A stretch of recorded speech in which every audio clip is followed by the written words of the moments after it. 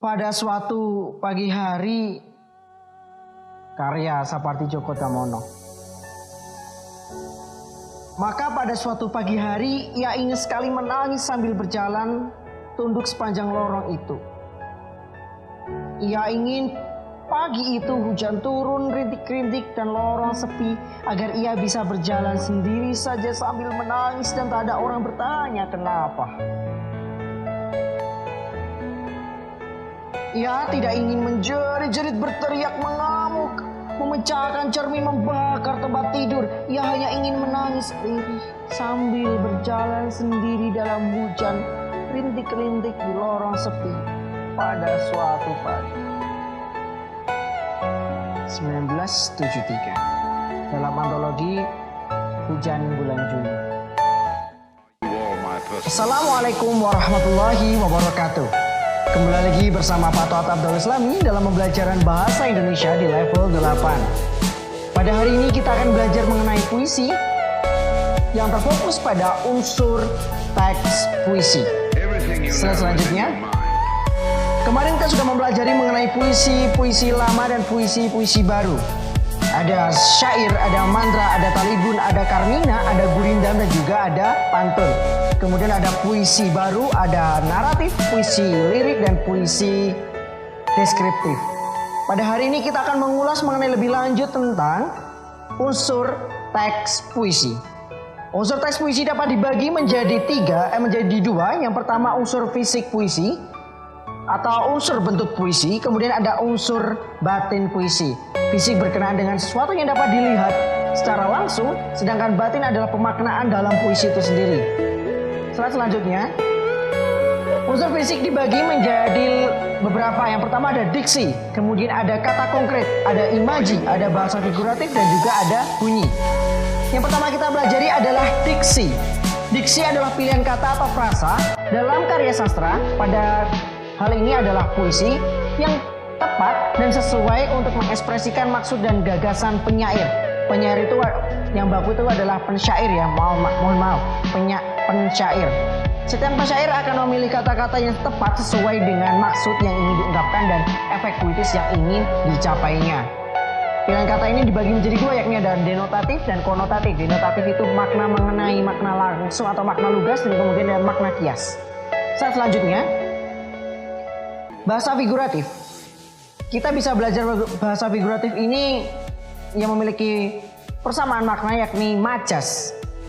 Bagian dari gaya bahasa yang digunakan pensyair untuk mengatakan sesuatu dengan cara yang tidak biasa, yakni secara tidak langsung mengungkapkan makna. Secara tidak langsung mengungkapkan makna. Misal kita menyatakan orang yang tukang fitnah, kita tidak menyatakan oh dasar tukang fitnah, bukan, tapi oh kamu si kambing hitam. Kemudian atau mungkin kita mengatakan seseorang yang tidak dimenangkan dalam pertarungan, oh kita menyatakan dengan kuda hitam. Secara tidak langsung ini adalah makna-makna yang digunakan untuk memberi perbandingan. Dengan membandingkan sesuatu hal dengan hal lain, bahasa kias dapat diklasifikasikan menjadi metafora, perbandingan, hiperbola, personifikasi, sinekdot, dan ironi. Metafora ini adalah perbandingan tanpa menggunakan kata-kata pembanding seperti bagaikan, ibarat, atau laksana, tanpa kata-kata itu. Jadi kita bisa lihat contoh, hutan adalah paru-paru dunia. Hutan adalah paru-paru dunia. Di sini adalah untuk kata-kata adalah ini untuk memberikan penjelasan bahwa bumi memiliki persamaan dengan makna, yakni paru-paru dunia, memiliki wujudnya sama, tujuan yang sama, yakni sebagai paru-paru dunia, tanpa memberikan perbandingan analogi menggunakan kata-kata pembanding. Berbeda dengan perbandingan simile, yang kedua tadi perbandingan simile ini menggunakan kata bagaikan. Kau bagaikan air yang jernih, kau bagaikan air yang jernih. Ibarat laut, aku adalah karang. Nah, seperti itu adalah bentuk simile karena ada kata bagaimana, laksana, kemudian ada kata ibarat. Ada hiperbola. tangisanku sampai melontarkan tangisan orang lain. Hatiku remuk sekeping kaca. Nah, itu seperti hiperbola itu adalah untuk majas-majas digunakan untuk memberikan efek yang berlebihan pada kata-kata. Kemudian ada personifikasi, yakni memanusiakan benda mati. Memanusiakan benda mati. Memanusiakan benda mati itu kita dapat lihat, semisal kita melihat pohon. Pohon itu menari-nari. Pohon itu bercerita kepadaku. Pohon itu sedang berbicara dengan pohon yang lain dan berusaha untuk meraih rengkuh daun yang jatuh ke bumi. Nah, itu disebut dengan personifikasi, yakni memberikan unsur kemanusiaan pada benda mati. Kemudian ada synecdoche dan ada ironi. Ironi adalah sesuatu yang sifatnya untuk merendahkan diri sendiri. Aku hanya manusia titipan Tuhan yang lahir di bumi ini yang paling kecil dan fana ini. Oke, itu ironi. Oke, selanjutnya. Setelah kita bahas mengenai majas, kita bahas dengan citraan. Citraan itu adalah pembayangan, penggambaran, imaji, itu penggambaran, gambaran-gambaran yang muncul dalam pikiran manusia setelah kita melihat kata-kata dalam puisi itu sendiri. Ada berbagai macam jenis citraan berdasarkan indera yang kita miliki. Ada penglihatan, ada citraan pendengaran, ada rabaan, kemudian ada pengecapan, ada penciuman dan gerak. Penglihatan saya berikan contoh seperti langit begitu cerah dan sang surya bersinar sepanjang hari. Nah, misal itu adalah penglihatan. Pendengaran itu misal kita lihat suaramu begitu mengalun lembut dalam telingaku. Rabaan, misal rabaan ini contohnya dia begitu halus, dia begitu lembut, dan kau tahu dia adalah milikku. Nah, begitu halus, begitu lembutnya adalah rabaan yang dapat dirasakan melalui kulit. Kemudian pengecapan, ada penciuman dan juga gerak. Selanjutnya ada kata konkret. Kata konkret ini adalah kata-kata yang dapat ditangkap dengan indera dan berhubungan erat dengan imaji, sehingga pembaca dapat membayangkan secara jelas peristiwa, keadaan maupun sesuatu yang digambarkan oleh pensyair. Misal kita dapat melihat ada perbandingan. Contoh kecerdasan. Kecerdasan dalam maksud pensyair itu kata konkret atau abstrak? Betul, itu adalah kata abstrak karena tidak dapat dirasakan oleh indera kita. Berbeda dengan lampu atau mungkin peci atau mungkin patot sendiri. Ini dapat dilihat oleh manusia, dapat dirasakan oleh manusia. Nah, ini disebut dengan kata konkret. Misal, pohon-pohon sedang bersenda gurau dengan daun-daun yang pada hujan itu bergerimis menghujam jantung bumi. Misal seperti itu. Kita dapat lihat kata-kata di situ, ada kata-kata yang sifatnya dapat dibayangkan. Oh, pohon-pohon. Kayak gitu. Coba kalau ada kecerdasan, kemudian ada kasih sayang, kemudian ada kata benda seperti perasaan cinta, itu kan tidak dapat dirasakan. Pikiran, kekaguman, nah itu tidak dapat dirasakan. Tidak dapat dilihat secara langsung. Selanjutnya, ada bentuk bunyi. Kita mendapat garis miringan dengan rima.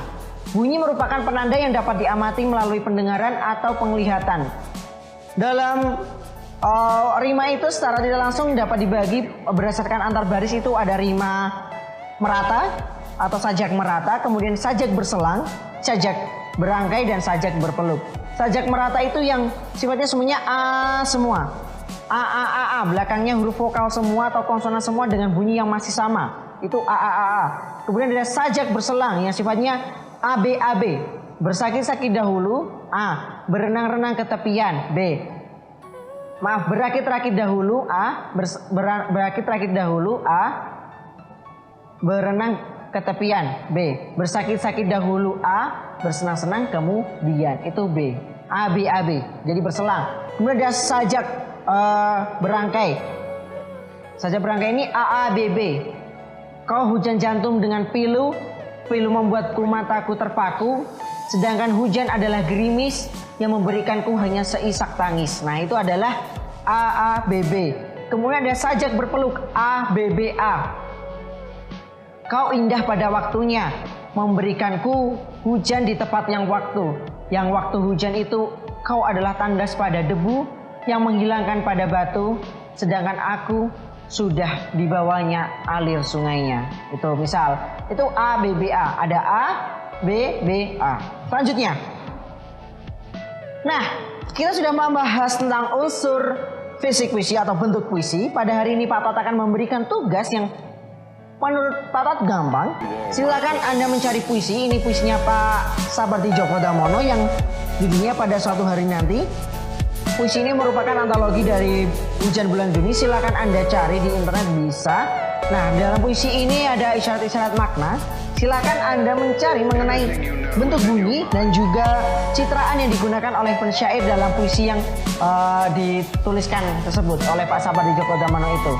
Kemudian tugasnya, silakan email ke abdaulislami 1207 maaf abdaulislami 1207@gmail.com. Mohon maaf, abdaulislami 1207@gmail.com. Pak Toha tunggu tugasnya sampai hari Jumat, oke? Pak Toha tunggu sampai hari Jumat, mohon segera diselesaikan supaya tidak terbebani dengan tugas-tugas yang lain. Kemudian apabila ada pertanyaan silakan ungkapkan dengan menghubungi Pak Toat melalui email juga bisa, melalui WhatsApp juga bisa. Selanjutnya, terima kasih atas waktu yang telah diberikan. Pada hari ini kita sudah belajar mengenai unsur teks puisi secara fisik, unsur fisik puisi yang ada 5 tadi. Kemudian tugasnya jangan lupa dikerjakan. Semoga kita selalu diberikan kesehatan dan jangan lupa untuk selalu sembahyang tepat waktu. Oke? Nasrul minallah wa fatun qarib. Astabiqul khairat. Wassalamualaikum warahmatullahi wabarakatuh.